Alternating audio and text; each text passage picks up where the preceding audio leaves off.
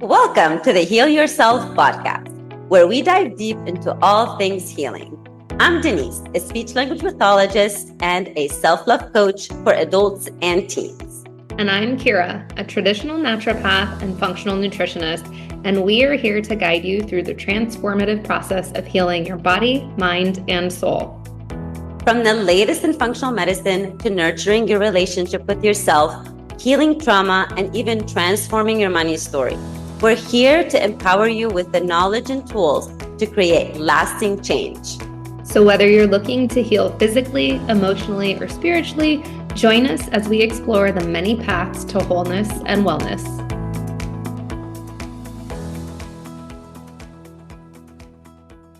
Hello, everyone, and welcome back to another episode of Heal Yourself podcast.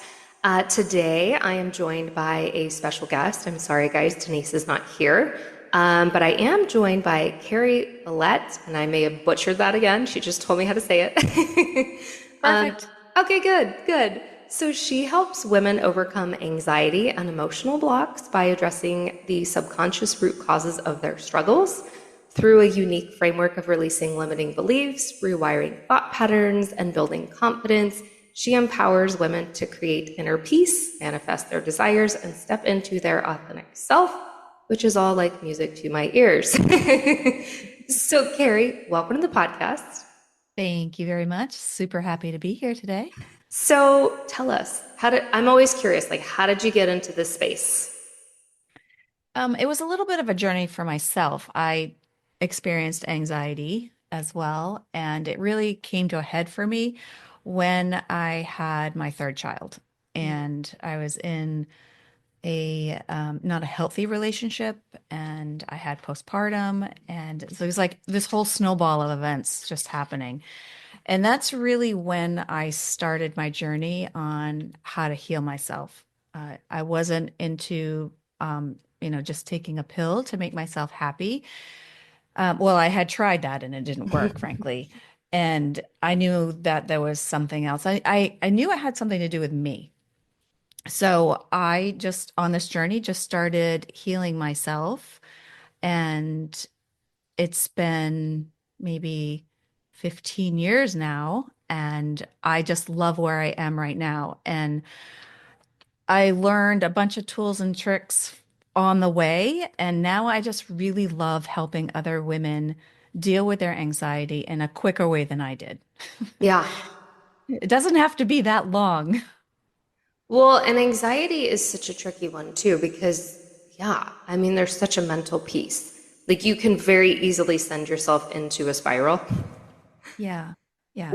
What did the healing journey look like for you? And I know that's probably a loaded question.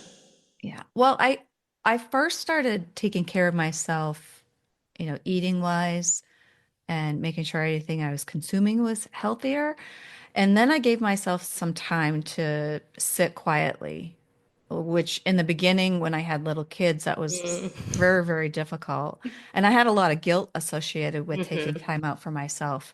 So I grew into putting myself first, which, I still have ebb and flows of that, but putting myself first, doing the journaling, finding different ways to calm myself down.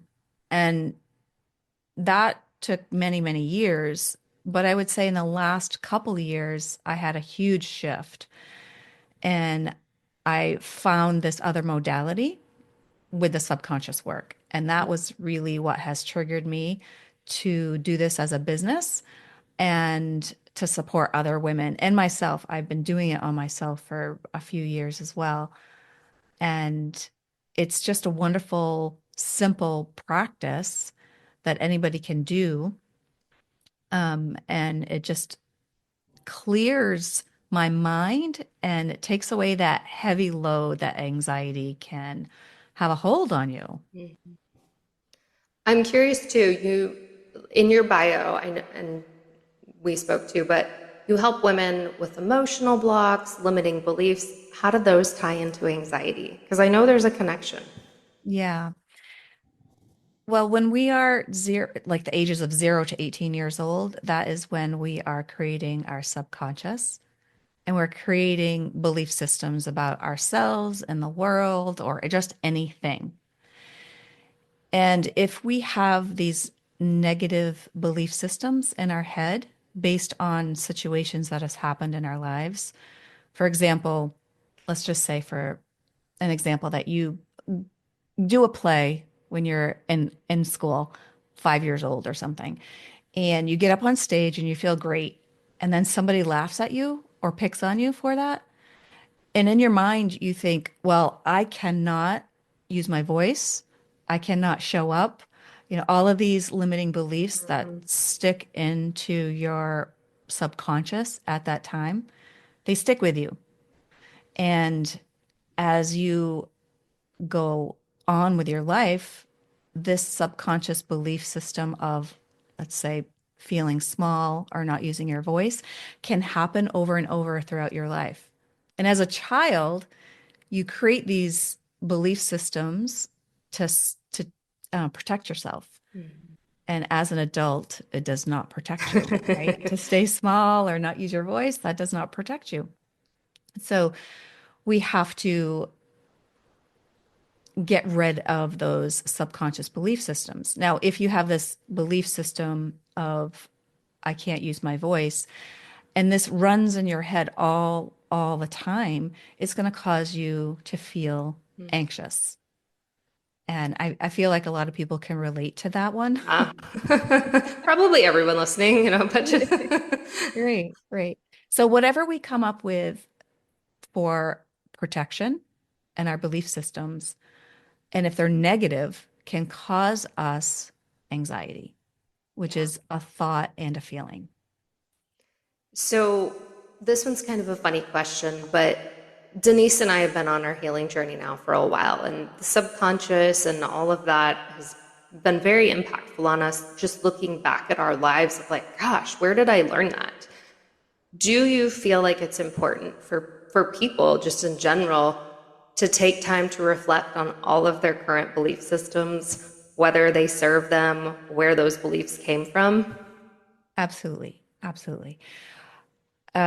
Because they prevent you from moving forward in your life. Now, journaling is a wonderful tool to use, and meditation as well, to kind of unravel where these patterns or belief systems come from. It's not always needed to know exactly where they come from, right? But it's great to see the pattern. Yeah. And I always like to tell people just to step back and look at your life and observe it from a different perspective, like it's not you. Yeah. And when you can pull yourself away a little bit, it helps you detach emotionally. And then to say, well, yeah, I had those 6 bad relationships. Let's There's a just say. pattern. In that relationship, those could also be work relationships. It doesn't always have to be the same kind of thing, but the theme is the Yeah. same. Like, where are the themes in your life that keep repeating in a negative way? Yeah. So, yes, identifying what they are is most important, and where they come from is very helpful so you can release it. Because a lot of times we will hold emotions associated with these belief systems. Yeah. I think that's such powerful work. Like, this is the realm of healing that Denise and I love getting into. Like, yes, the physical healing, but when you're holding on to all of those beliefs, yeah, it can lead to anxiety, but it can lead to physical manifestations of disease because you're just storing that. Absolutely. I will chime in here with something because we all have these beliefs, guys. Every single one of us will start to recognize patterns of like, why is this happening? And instead of going into victim mentality of, oh my gosh, this always happens to me, it's why is this happening? But I will say, not being an anxious person, the one thing that brings me anxiety is trying to figure out where these things came from. Because I can't pinpoint. I can see the patterns, but I can't remember where a lot of these came from. And so I like that you said it's not always important, because we can drive ourselves insane with, oh my gosh, where did that one belief come from? I can't track it. Exactly. Exactly. And so what the most important thing is to think about those patterns that you have and what emotions come up when you're thinking about it. How did it make you feel? Because the feeling is probably the same each time. And that's what you need to release is that emotion. Yeah. And once that is gone, you're like, okay, I feel freer, I feel lighter. And then you'll see that that pattern won't happen again. And I'll just say that you also have to take some conscious action. You can't always work in, the spiritual space. For example, if you have a bad relationship and you want to end it, and you have to not contact the person, like that would be a conscious action. So you do Yeah. the emotional piece, right? But then you also have to say, like, I'm not going to call this person. I'm not going to text them. Like, I'm going to not do that. So there has to be a balance. But 80% of it all is mindset and doing that subconscious work. So I'm curious, how do you help people figure out some of those blocks? It's really easy because because people just love to talk about their stuff. True. When somebody's in a safe space, Hmm. and I really feel like I create a nice safe space, and when you have friends or members or therapist or whomever where you can feel really safe, you'll just start speaking about the situations in your life. And as somebody else who can just see what you're saying, it's so easy to find the pattern because it just comes up. And when we really listen to somebody speak, we can hear their core messages and their core problems almost all the time. Because it's in our subconscious, we just say it. Even if we're talking about money, because you can have a lot of trauma around money. If you Yep. constantly say, well, I can't go out because I don't have the money, or I don't have the money to pay my bills, or this person is evil because they have the money. I'm Hmm. jealous of this person. Like, if we really just open up our ears and listen to each other, we can help people identify their traumas and their negative belief systems. Yeah. Even if they can't see them on Yeah. themselves. Yeah. It is harder to see it in yourself, or it does take some work because we're so used to it. It's just our way of speaking and our way of listening. Yeah. But one of the things I love to tell people is if you want to do the self-discovery piece, just really pay attention to what triggers you. What's making you upset? That's it. What's making you upset? It's usually not that thing. There's a reason behind it, and there's an emotion behind it. So Yeah. you can look at your triggers as what a beautiful gift this is that someone's making me upset, or I'm becoming upset by this person's words or actions. That's a sign that you can dig into.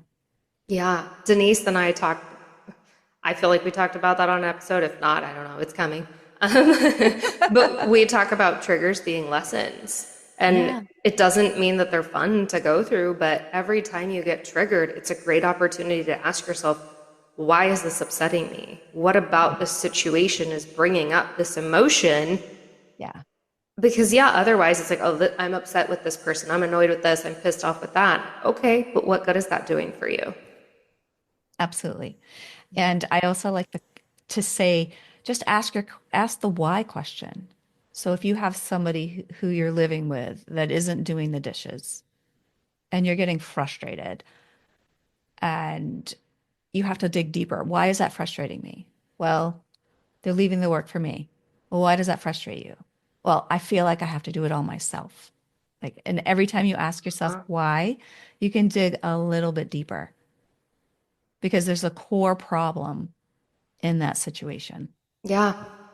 So it sounds almost like there's steps. First is even recognizing these patterns or the triggers, right? Because a lot of times people just brush off the triggers. Again, they just, I'm annoyed, whatever it is, what it is.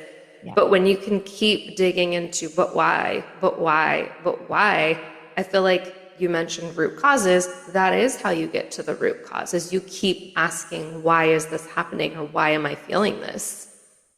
Absolutely. Yep.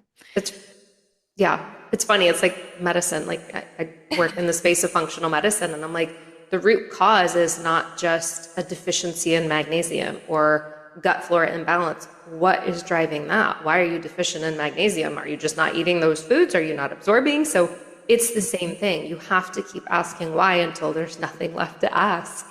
Exactly. Exactly. That's I think somebody teaches that, like asking the 7 whys to get to the root cause. And it can apply to so many different areas in your life. 100%. Yeah, yeah.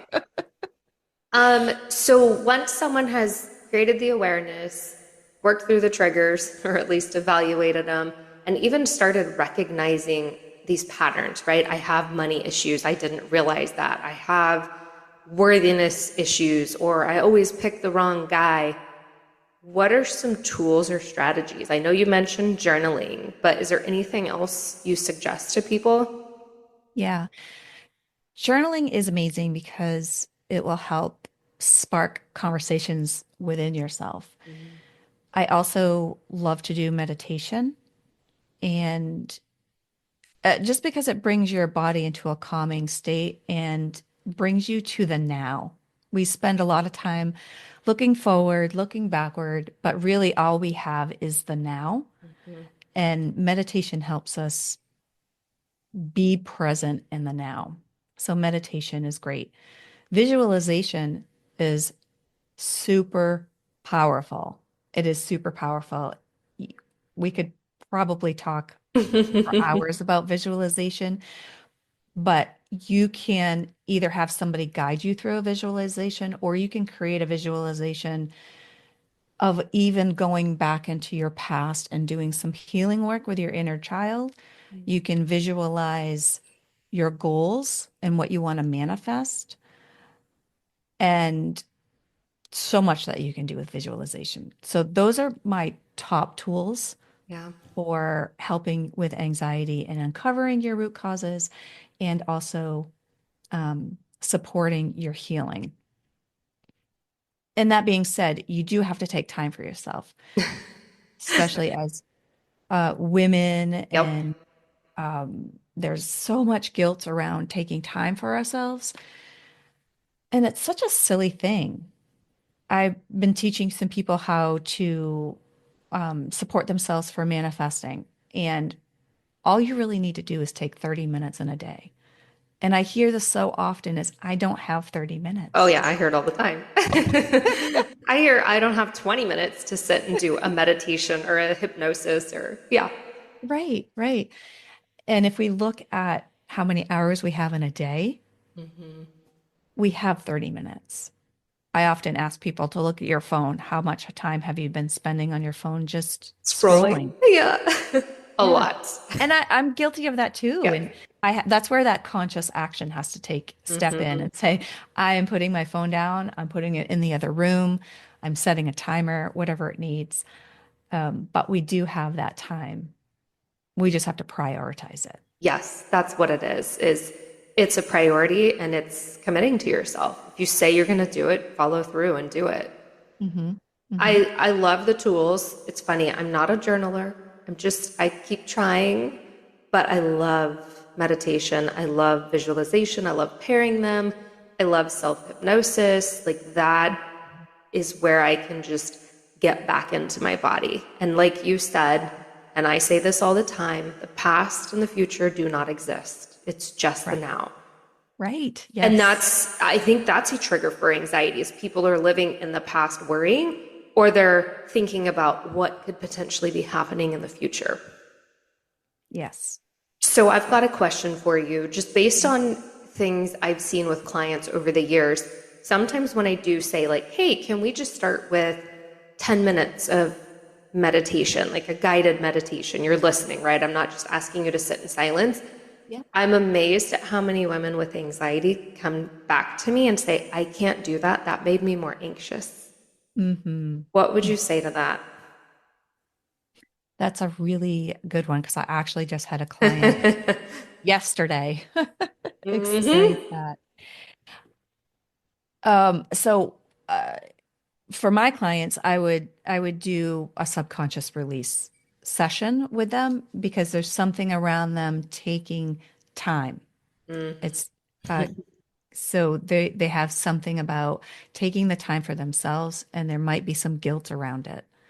So that's what I would work on, and I would encourage somebody to journal about it. Like, what is the feeling you get when you're trying to meditate? Hmm. And then try to uncover those emotions around it. Yeah, I think that can be really helpful. Another one that's come up is it's not just the time, but it's I'm worried about the thoughts that are coming into my head. Like Mm, there's so much that needs to be released and so many negative thought patterns that they get into. So if they get silent and they get present, even if they're listening to an audio, they're with themselves and they're not used to that. yeah, yeah. And again, that is something I would just encourage people to do that slowly. Hmm. And then also visualize the thoughts. Um, I often will take somebody through the visualization of just watching themselves in a safe space. Mm. And it's almost like a detaching Yeah, so that their mind doesn't go crazy. I love that. And that's that, and then starting slow, like you said. Sometimes people get all excited about a new modality, right? Or supplements or something, and I'm going to take 15 right now, or I'm going to spend 45 minutes in meditation. Okay, if you couldn't do 10, then start with 5. Start with 2. Exactly. Just start with Exactly. something instead of saying, oh, that didn't work for me. Yep. Yeah. And if you skip a day or if you do 1 minute instead of 10 minutes, there's zero judgment. You Yes. just start the next day. You Yeah. just go, you're in the now. So what am I doing now? Hmm. Not what did I do or what didn't I do yesterday? Yeah. Mhm. Which is huge because women especially, but men too, I think, Yes. tend to get into judgment of, oh, well, I should have done this better and I could have done that. And so over here did 45 minutes of meditation. I feel amazing. And well, don't go there. Exactly. Exactly. Judgment gets ourselves into a lot of trouble in our Yeah. head. Yeah. Because Yeah. we judge ourselves and then we'll judge other people. Not necessarily judging other people like negatively, Yeah. but like you just said, they're better at that than I am. Hmm. And there's that pattern to look for, right? If you're always judging yourself, there's something to dig into. Right. Like the feeling of being judged. That's not a healthy emotion. It's not, it Yeah. doesn't feel good. No, it Doesn't feel doesn't. good. It doesn't. Okay, so anxiety, limiting beliefs, anything else you want to share or dig into while we have a few more minutes? There's one statement that I like to share with people to help them with their anxiety. If if they're creating a story, living in the future, I always ask them to say, is this true? And always coming back to that. I do it for myself because Mm-hmm. um, n- n- none of us are perfect, right? We're all What? learning these tools over and over again. But even for myself, when I start creating a story, let's just say I'm waiting for somebody to call me back and they haven't called me back. Well, they must not want my services or they didn't like what I had to say. And then I have to like stop myself and say, Cary, is that true? And the answer is no. Yeah, I'm If just it's not making an true. interpretation. Yeah. If it's not true, why am I going into a negative? Why don't I just stay in a positive or just let it go? Yeah. Yeah. Surrendering is such a powerful tool as well, Yeah. which I love of reminding myself that I did my work, I'm surrendering, and I'm allowing however this is going to unfold to unfold. Yeah. I love that. And I like the is it true? Because that can be a great question to ask yourself throughout the day when that judgment creeps back in, because it's going to. We're human. And Yeah, is this true? No, probably not. I'm creating an interpretation. And so change it and move on. exactly. Yeah. Exactly. And I also always like to say too is we have to have compassion for other people. So we are all walking around with the traumas on our back, right? And everybody's getting triggered, you know, because of their traumas. And most of the time, it's not because of you.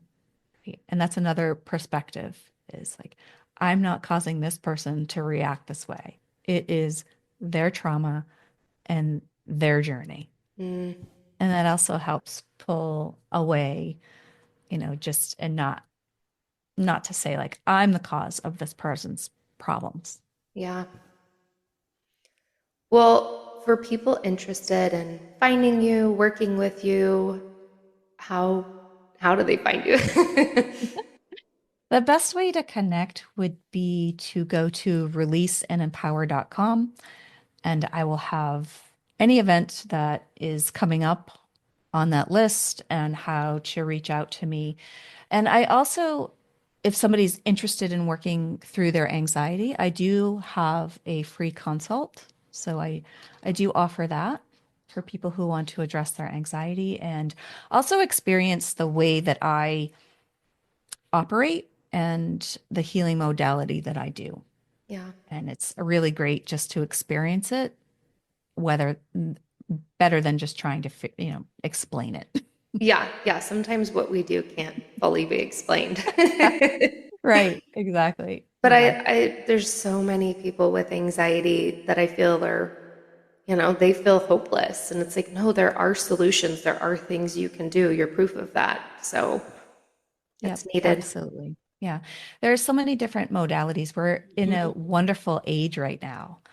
And I have experienced a lot and I've tried a lot. And as I go through my life of ups and downs, I have this great toolbox of, okay, I need this modality today and I need this modality tomorrow. It's just Hmm. wonderful.